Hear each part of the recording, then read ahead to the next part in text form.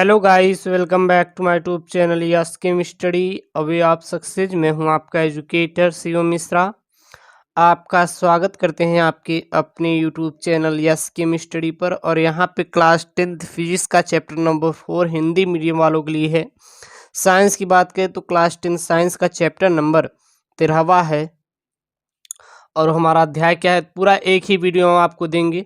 आप पूरा नोट्स बना लीजिएगा। बायोलॉजी खत्म हो गई, आज फिजिक्स खत्म हो जाएगी, फिर आपकी केमिस्ट्री खत्म हो जाएगी पूरी। ठीक है, हर एक वीडियो में एक ही वीडियो में दे रहा हूँ और इसमें सभी आपको चीज़ों को कवर किया गया है जो कि आपके बोर्ड से रिलेटेड बहुत ही मोस्ट इम्पॉर्टेंट है। अगर आप चैनल पर नए हैं तो बस आपसे यही एक रिक्वेस्ट है कि चैनल को सब्सक्राइब करें और बेल आइकन जो है उसमें ऑल नोटिफिकेशन को आपको ऑन कर लेना है, ताकि हर एक लेटेस्ट वीडियो की नोटिफिकेशन सबसे पहले आप तक पहुंचती रहे और आप अपने बोर्ड एग्ज़ाम की तैयारी, अन्य सभी तैयारी सबसे अच्छी तरीके से कर पाएँ। तो सबसे पहले हम लोग जानेंगे विद्युत धारा के चुंबकीय प्रभाव जो चैप्टर है। विद्युत धारा के चुंबकीय प्रभाव जो आपका अध्याय है, यह होता क्या है, इसका मतलब क्या है। क्योंकि किसी अगर चैप्टर को हम लोग पढ़ रहे हैं तो इसके बारे में पूरी जानकारी तो आपको होनी ही चाहिए। तो जिस प्रकार एक चुंबक के चारों ओर चुंबकीय क्षेत्र स्थापित हो जाता है, ठीक इसी प्रकार एक चालक जिसमें विद्युत धारा प्रवाहित हो रही है चुंबकीय क्षेत्र में स्थापित हो जाता है। तो विद्युत धारा के प्रभाव को, इसी विद्युत धारा के जो प्रभाव को ही हम लोग क्या कहते हैं, विद्युत धारा का चुंबकीय प्रभाव कहते हैं। बात समझ आ रही है। फिर अगला आता है आपका ओस्ट्रेड का प्रयोग। ओस्ट्रेड का प्रयोग फिगर यहाँ पे बना हुआ है। ये ओस्ट्रेड का प्रयोग है क्या, किसी चुंबक के चारों ओर का वह क्षेत्र जहाँ पर चुंबकीय प्रभाव का अनुभव पाया जाता है उसे चुंबकीय क्षेत्र कहते हैं। यह किसने बोला था, यह ओस्ट्रेड ने बोला था। और हम लोग चुंबकीय क्षेत्र को किससे दिखाते हैं, वेक्टर बी से प्रदर्शित करते हैं। चित्रानुसार देखें तो एक चुंबकीय सुई स्वतंत्रता पूर्वक रखी गई है। जो चित्रानुसार देखें तो ये हमारे सुई है जो कि स्वतंत्रता पूर्वक क्या की गई, रखी गई है। सुई के ऊपर तथा इसके समांतर एक तांबे का तार है। देखिए सुई के ऊपर यहाँ पे है एक समांतर क्या है, तार है। जैसे ही तार में विद्युत धारा प्रवाहित होती है वैसे ही चुंबकीय सुई घूमने लगती है। जब इसमें विद्युत धारा को प्रवाहित करेंगे तो यह साउथ से नॉर्थ होते हुए क्या होने लगेगी, टर्न होने लगेगी, यानी कि घूमने लगेगी। यदि तार को सुई के ऊपर न रखकर नीचे रखे तो सुई विपरीत दिशा में घूमती है। फिर नॉर्थ से साउथ, अभी तो साउथ से नॉर्थ हो रही है, अब नॉर्थ से साउथ जाने लगेगी तो सुई उल्टा दिशा में घूमने लगती है। चूंकि चुंबकीय सुई सदैव चुंबकीय क्षेत्र में ही घूमती है, अतः स्पष्ट है कि तार में विद्युत धारा के बहने से एक चुंबकीय क्षेत्र उत्पन्न हो जाता है जिस कारण चुंबकीय सुई घूमती है। ठीक है, अब अगला आता है एम्पियर का तैरने का नियम। ये एम्पियर का तैरने का नियम क्या है, जो एम्पियर का तैरने का नियम है वो क्या है।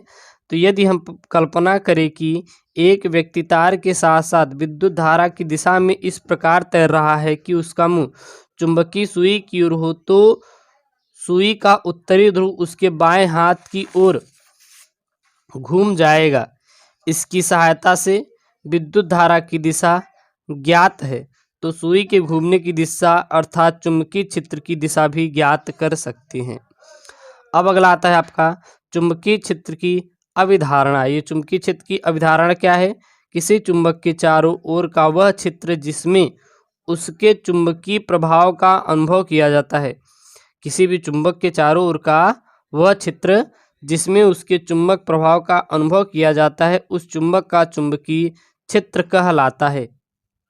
यदि किसी दंड चुंबक के निकट एक चुंबकीय सुई को विभिन्न स्थानों पर रखा जाए तो प्रत्येक स्थिति में यह सुई का एक निश्चित दिशा में ही ठहरती है। जो सुई रहती है वो किधर ठहरेगी, एक निश्चित दिशा में ही ठहरती है।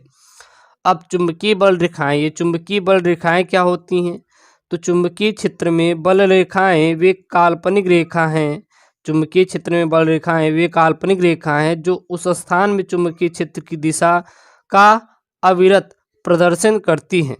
चुंबकीय बल रेखा के किसी भी चुंबक पर खींची गई स्पर्श रेखा उस बिंदु पर चुंबकीय क्षेत्र की दिशा को प्रदर्शित करती है। अगला है चुंबकीय बल रेखाओं के गुण। ये चुंबकीय बल रेखाओं में क्या क्या गुण पाए जाते हैं? तो चुंबकीय बल रेखाएं सदैव चुंबक के उत्तरी ध्रुव से निकलती हैं तथा वक्र बनाती हुई दक्षिणी ध्रुव में प्रवेश करती हैं और चुंबक के भीतर से होती हुई पुनः उत्तरी ध्रुव पर वापस आ जाती हैं। इस प्रकार चुंबकीय बल रेखाएं बंद वक्र के रूप में होती हैं। दो बल रेखाएं एक दूसरे को कभी नहीं काटती। जो चुंबकीय बल रेखाएं होती हैं यह कभी भी एक दूसरे को काटती नहीं।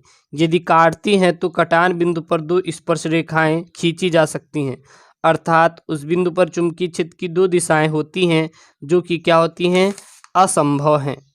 तीसरी पॉइंट में बात करें तो चुंबक के ध्रुव के समीप जहां चुंबकीय क्षेत्र प्रबल होता है वहां बल रेखाएं पास पास होती हैं और ध्रुव से दूर जाने पर चुंबकीय क्षेत्र की प्रबलता घटती जाती है तथा बल रेखाएं भी परस्पर दूर दूर होती जाती हैं। एक समान चुंबकीय क्षेत्र की बल रेखाएं परस्पर समांतर एवं बराबर बराबर दूरियों पर होती हैं। अब है यहाँ पे चुंबकीय बल रेखाओं की दिशा ज्ञात करने के नियम, यानी चुंबकीय बल रेखाओं की दिशा ज्ञात करने कितने नियम हैं? दो। पहला जो है नियम वो है आपका दक्षिणावर्ती पेंच का नियम। तो इस नियम के अनुसार यदि हम पेंच कसते समय पेचकस को दाएं हाथ में पकड़ कर इस प्रकार घुमाएं कि पेंच की नोक धारा बहने की दिशा में चले, तो जिस दिशा में पेंच की घूमने के लिए अंगूठा घूमता है वही चुंबकीय बल रेखाओं की क्या होती है? दिशा होती है। दूसरा आता है दाएं हाथ के अंगूठे का नियम। तो यदि हम दाएं हाथ में विद्युत धारा ले जाने वाले तार इस प्रकार पकड़े कि उंगलियां तार पर लिपटी हों, वह अंगूठा विद्युत धारा की दिशा में हो तो लिपटी हुई उंगलियां की दिशा चुंबकीय बल रेखाओं की दिशा होगी। अगला यहाँ पे वृत्ताकार धारावाही कुंडली के कारण उत्पन्न चुंबकीय क्षेत्र। तो किसी धारावाही कुंडली के केंद्र पर चुंबकीय क्षेत्र लगभग समान होता है तथा उसकी दिशा कुंडली के तल के लंबवत होती है। इसका कारण केंद्र पर बल रेखाओं का समांतर होना है। अगला है धारावाही परिनालिका के कारण उत्पन्न चुंबकीय क्षेत्र। तो किसी परिनालिका की अक्ष पर बल रेखाएं अक्ष के लगभग समांतर होती हैं तब बहुत पास पास होती हैं। अक्ष पर बल रेखाओं का समांतर होना यह बताता है कि धारावाही परिनालिका की अक्ष पर चुंबकीय क्षेत्र लगभग एक समान है। रेखाओं का पास पास होना यह प्रदर्शित करता है कि वहां चुंबकीय क्षेत्र क्या है? बहुत ही प्रबल है, आप कह सकते हैं। परिनालिका के किसी सिरे को सामने से देखने पर यदि विद्युत धारा की दिशा दक्षिणावर्त है तो सामने का सिरा दक्षिणी ध्रुव होगा और यदि धारा की दिशा वामावर्त है तो सामने का सिरा उत्तरी ध्रुव होगा। अब है चुंबकीय क्षेत्र में स्थित धारावाही चालक पर प्रभाव। तो चुंबकीय क्षेत्र में स्थित धारावाही चालक पर किस प्रकार से प्रभाव पड़ता है, चलिए देख लेते हैं। तो फ्लेमिंग का बाएं हाथ का नियम। सबसे पहले क्या जानते हैं? फ्लेमिंग के बाएं हाथ का नियम। तो यदि हम अपने बाएं हाथ के अंगूठे तथा उसके पास वाली दोनों अंगुलियों को इस प्रकार फैलाएं कि तीनों एक दूसरे के लंबवत रहें, तब यदि पहली उंगली चुंबकीय क्षेत्र बी की दिशा को तब तथा बीच वाली उंगली धारा I की दिशा को बताती है तो अंगूठा चालक पर लगने वाले बल F की दिशा को ही हमारा बताएगा। एक समान चुंबकीय क्षेत्र में स्थित धारावाही चालक पर बल। अब आपका अगला जो हेडिंग आता है वो क्या आता है? एक समान चुंबकीय क्षेत्र में स्थित धारावाही चालक पर बल। तो ये आपका क्या है? फिगर है। माना एक चालक तार की लंबाई L है। माना एक चालक तार की लंबाई क्या है? L है, जिसमें I धारा बह रही है। देखिए ये चालक तार है, इसकी लंबाई लेंथ क्या है? L है और इसमें धारा बह रही है, क्या बह रही है? I बह रही है। एक समान विद्युत चुंबकीय क्षेत्र B में इस प्रकार रखा जाता है कि तार में धारा की चुंबकीय क्षेत्र की दिशा के लंबवत है। तो चालक पर लगने वाला बल निम्न कारकों पर निर्भर करेगा। यानी जो यहाँ पे हम लोग इसको जो एक समान चुंबकीय क्षेत्र बी में रख रहे हैं और एक समान चुंबकीय क्षेत्र को हम लोग किससे दिखाते हैं, वेक्टर बी से दिखाते हैं। तो किन किन बातों पर निर्भर करेगा, पहला तो निर्भर करेगा बल चालक में बहने वाली धारा के अनुक्रमानुपाती होती है, अर्थात यह प्रोपोर्शनल आई, समीकरण एक। दूसरा, बल चुंबकीय क्षेत्र बी के अनुक्रमानुपाती होती है, F proportional B, equation second बना लेंगे। और बल तार की लंबाई एल के अनुक्रमानुपाती होती है, एफ प्रोपोर्शनल एन, समीकरण 3 बना लेंगे। चालक तथा चुंबकीय क्षेत्र के बीच बनने वाली कोण के जाके अनुक्रमानुपाती होती है, एफ प्रोपोर्शनल साइन थीटा। इस समीकरण क्या हो जाएगा आपका 4 हो जाएगा। अब समीकरण 1, 2, 3 व 4 को क्या करेंगे, संयुक्त कर देंगे, क्योंकि सभी में क्या है, एफ है, तो एफ एक तरफ हो जाएगा, बाकी I into B into L into sine theta कर देंगे। तो ये हो गया ना F proportional I B L sine theta. अब यहाँ पे जब हमारा अनुक्रमानुपाती हटता है तो के आपका एक नियतांक मिलता है, तो हो जाता है एफ इक्वल टू के आई बी एल साइन थीटा। और एसआई पद्धति में के का मात्रक क्या होता है आपका, सिर्फ एक होता है। तो अगर यहाँ पे हम लोग एक रख देंगे तो एफ बराबर क्या मिल जाएगा, आई बी एल साइन थीटा। और चुंबकीय क्षेत्र का मात्रक, क्योंकि चुंबकीय क्षेत्र को हम लोग बी से दिखाते हैं, तो एफ बराबर आई बी एल साइन थीटा है। तो यहाँ पे हम लोग बी का मान निकाल लेंगे, तो आई एल साइन थीटा गुणा में किस में आ जाएगा, आपका भाग में आ जाएगा। तो बी बराबर F one I L sine theta हो जाएगा।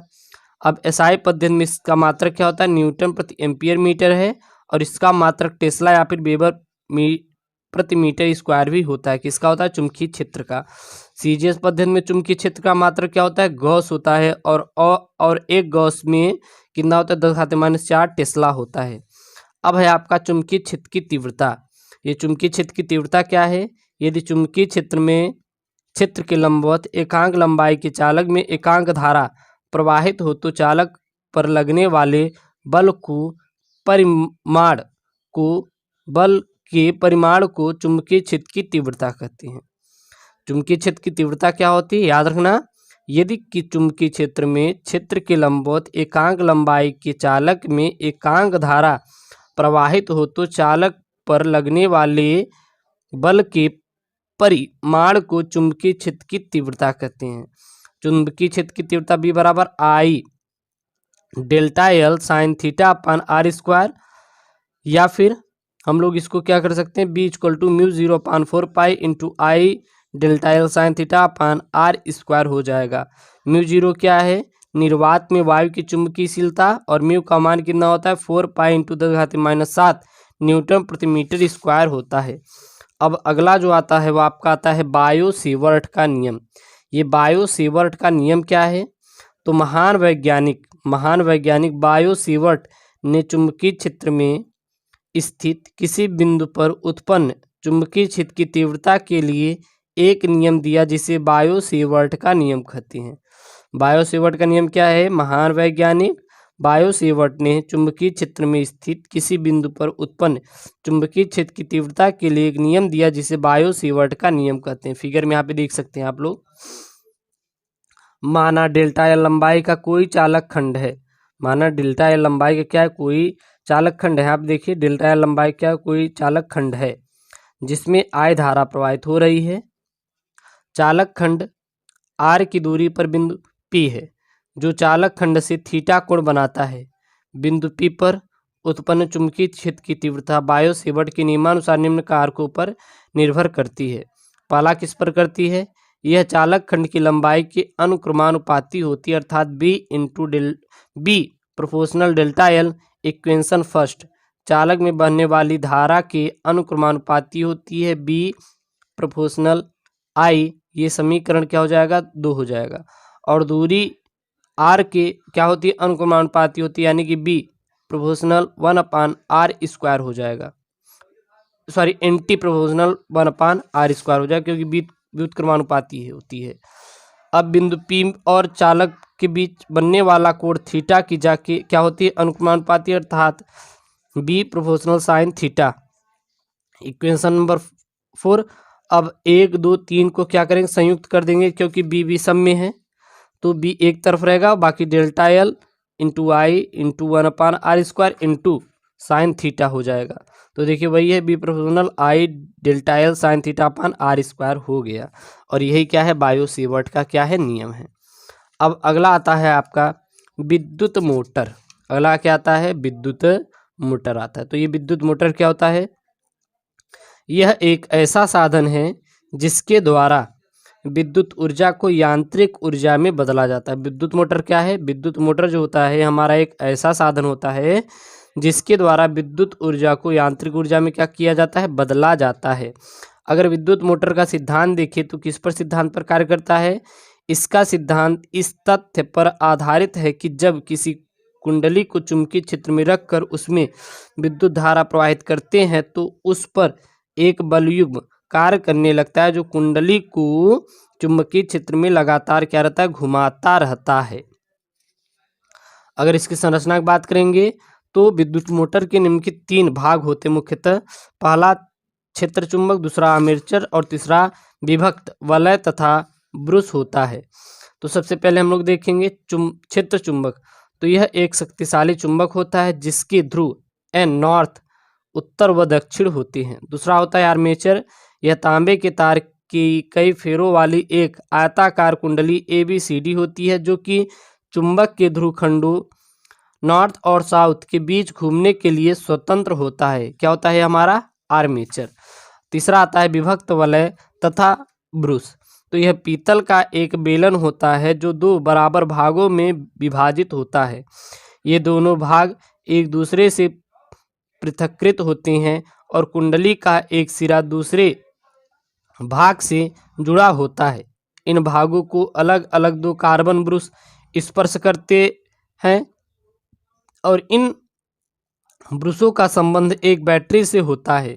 एक ब्रुश से विद्युत धारा कुंडली में प्रवेश करती है तथा दूसरे ब्रुश से क्या निकलती है, बाहर निकलती है। अब आती इसकी कार्यविधि के बारे में।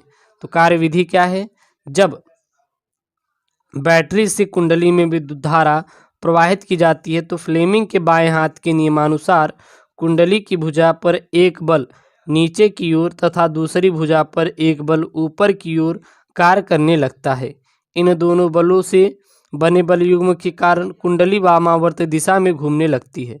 कुंडली के साथ उसके सिरों पर लगे विभक्त वलय के भाग भी घूमते हैं, परंतु बैटरी का धन ध्रुव सदैव बाएं ब्रुश से कुंडली से जुड़ा रहता है, अतः कुंडली उस दिशा में घूमती है। अगर देखिए उपयोग, तो उपयोग कहाँ होता है विद्युत मोटर का, तो विद्युत मोटर का उपयोग बिजली के पंखे, वॉशिंग मशीन, रेफ्रिजरेटर, मिक्सर, आटा पीसने की चक्की इत्यादि को चलाने में प्रयोग किया जाता है। अगला आता है विद्युत चुम्बकीय प्रेरण।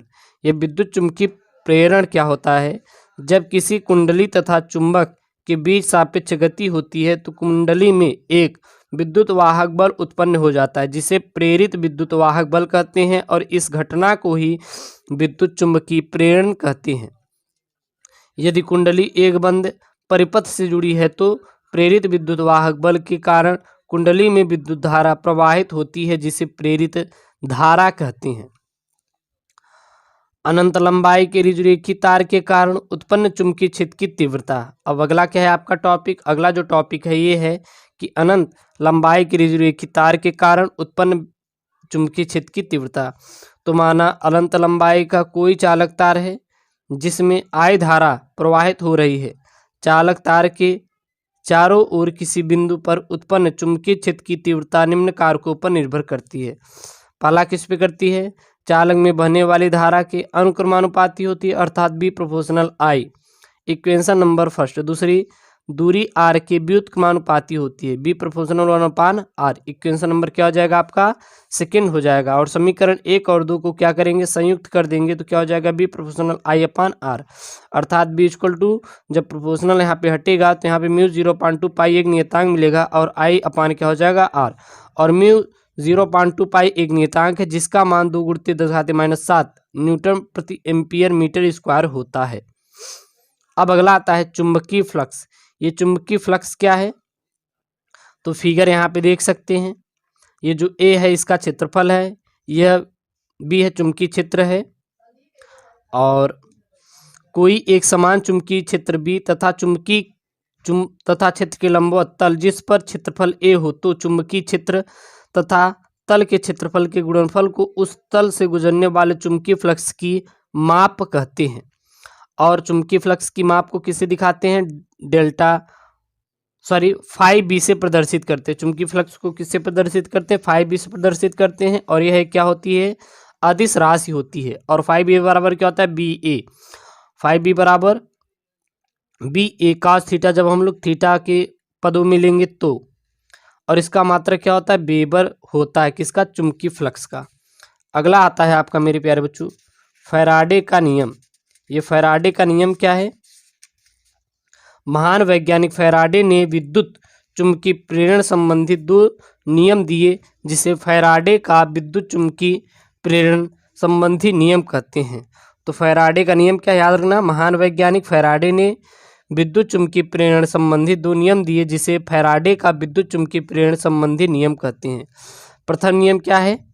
जब किसी परिपथ से होकर गुजरने वाले चुंबकीय फ्लक्स रेखाओं की संख्या में परिवर्तन होता है तो एक विद्युत वाहक बल उत्पन्न हो जाता है जिसका परिमाण चुंबकीय फ्लक्स में परिवर्तन की ऋणात्मक दर के बराबर होती है। माना किसी क्षण परिपथ में बद्ध फ्लक्स क्या है? फाई 1 है, तो डेल्टा टी समय पश्चात यह बदलकर फाई 2 हो जाता है। अर्थात एल बराबर क्या हो जाएगा? -φ1 -φ2 अपान डेल्टा टी। और जब φ1 φ2 को हम लोग क्या लिख सकते हैं? डेल्टा फाई लिख सकते हैं। तो एल बराबर क्या हो जाएगा? Minus delta phi upon delta T हो जाएगा। द्वितीय नियम क्या है? किसी परिपथ में उत्पन्न विद्युत वाहक बल अथवा प्रेरित धारा की दिशा सदैव उस कारण का विरोध करती है जिससे वह स्वयं क्या होती उत्पन्न होती है।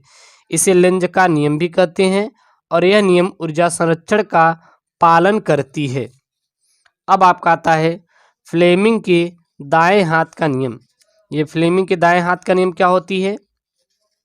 महान वैज्ञानिक फ्लेमिंग ने किसी परिपथ में बहने वाली प्रेरित धारा की दिशा ज्ञात करने के लिए एक नियम दिया जिसे फ्लेमिंग का दाएं हाथ का नियम कहती है। याद रखना क्या हो जाएगा? महान वैज्ञानिक फ्लेमिंग ने एक परिपथ में बहने वाली प्रेरित धारा की दिशा ज्ञात करने के लिए एक नियम दिया जिसे फ्लेमिंग का दाएं हाथ का नियम कहते हैं। इस नियम के अनुसार यदि हम दाएं हाथ के अंगूठे और उसके पास वाली दोनों अंगुली तर्जनी और मध्यमा को परस्पर लंबवत इस प्रकार फैलाए कि तर्जनी अंगुली चुंबकीय क्षेत्र की दिशा को प्रदर्शित करे तब तथा अंगूठा चालक के चलने की दिशा को प्रदर्शित करे तो मध्यमा उंगली चालक में प्रेरित धारा की दिशा को प्रदर्शित करती है। और यही क्या होती है? फ्लेमिंग के दाएं हाथ का नियम। अगला आता है आपका विद्युत जनरित। ये विद्युत जनरित क्या होती है? यह एक ऐसा उपकरण है जो यांत्रिक ऊर्जा को विद्युत ऊर्जा में परिवर्तित करता है। विद्युत जनरित्र एक हमारा ऐसा उपकरण होता है जो कि यांत्रिक ऊर्जा किसमें परिवर्तित करेगी? विद्युत ऊर्जा में परिवर्तित करती है। अगला आता है घरेलू विद्युत परिपथ। तो हमारे घरों में विद्युत शक्ति की आपूर्ति 220 वोल्ट पर प्रत्यावर्ती विद्युत शक्ति के रूप में होती है जिसकी आवृत्ति कितनी होती है? 50 हर्ट्ज होती है। और आपूर्ति में 3 तार लगे होते हैं। पहला विद्युतमय तार जो कि लाल विद्युत रोधन युक्ति है, दूसरा उदासीन तार जो कि काला विद्युत रोधन युक्ति है, तीसरा भू संपर्क तार जो कि हरा विद्युत रोधन युक्त होता है। तो हम लोग विद्युत जनरित के बारे में जान रहे थे, तो चलिए देखते हैं। पहले उसको हम लोग बाद में देखेंगे विद्युत जनरित, लेकिन इसमें कुछ आपका और टॉपिक है उसको देख लेंगे। पहला होता है भू संपर्कन।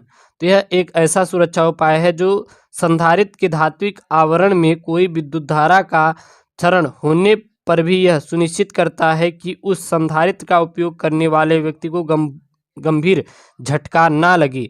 यह इसी में लगा रहता है विद्युत जनरित्र में। दूसरा है फ्यूज। यह सुरक्षा के लिए सबसे महत्वपूर्ण युक्ति है जो विद्युत परिपथों के लघुपतन या अतिभारण के कारण हो सकने वाली हानि को रोकती है।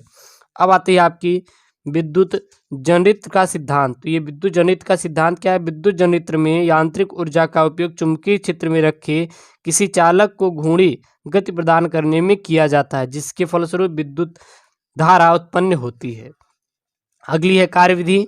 जब कुंडली ABCD घूमती है तो कुंडली से होकर जाने वाली फ्लक्स रेखाओं की संख्याओं में परिवर्तन होता है, अतः कुंडली में धारा प्रेरित हो जाती है। जब कुंडली दक्षिणावर्ती दिशा में घूमती है तो भुजा AB ऊपर उठ जाती है तथा दूसरी भुजा नीचे आ जाती है। इस स्थिति में प्रेरित धारा ब्रूस X से बाहर निकलती है तथा ब्रूस Y पर वापस आ जाती है। जैसे ही कुंडली अपनी ऊर्ध्वाधर स्थिति में गुजरती है तो पहली भुजा नीचे की ओर आने लगेगी तथा दूसरी ऊपर की ओर जाने लगेगी। अब धारा ब्रूस Y से बाहर जाएगी तथा ब्रूस X पर वापस आ जाएगी। इस प्रकार आधे चक्कर के बाद वह परिपथ में धारा की दिशा बदल जाती है तथा परिपथ में प्रत्यावर्ती धारा क्या हो जाती है, उत्पन्न हो जाती है। और ये मेरे प्यारे बच्चों आपका जो चैप्टर है यहाँ पे पूरा का पूरा समाप्त होता है। अगर आपको ऐसी वीडियो चाहिए तो चैनल को जरूर सब्सक्राइब करें। और ये विद्युत धारा के चुंबकीय प्रभाव और यहाँ पे आपका फिजिक्स भी पूरा कंप्लीट होता है आज कक्षा 10वीं का। और हर एक वीडियो प्लेलिस्ट में ऐड करवा दिया हूँ, जाके वहाँ पे वॉच कर लीजिए। और ये आपको पूरा पूरा जो नोट्स है ये आपको टेलीग्राम पे मिल जाएगा, वहाँ से जाके डाउनलोड कर लीजिएगा। ऐसी वीडियो चाहिए तो चैनल को जरूर से ज़रूर सब्सक्राइब करें। ओके दोस्तों, थैंक यू, जय हिंद।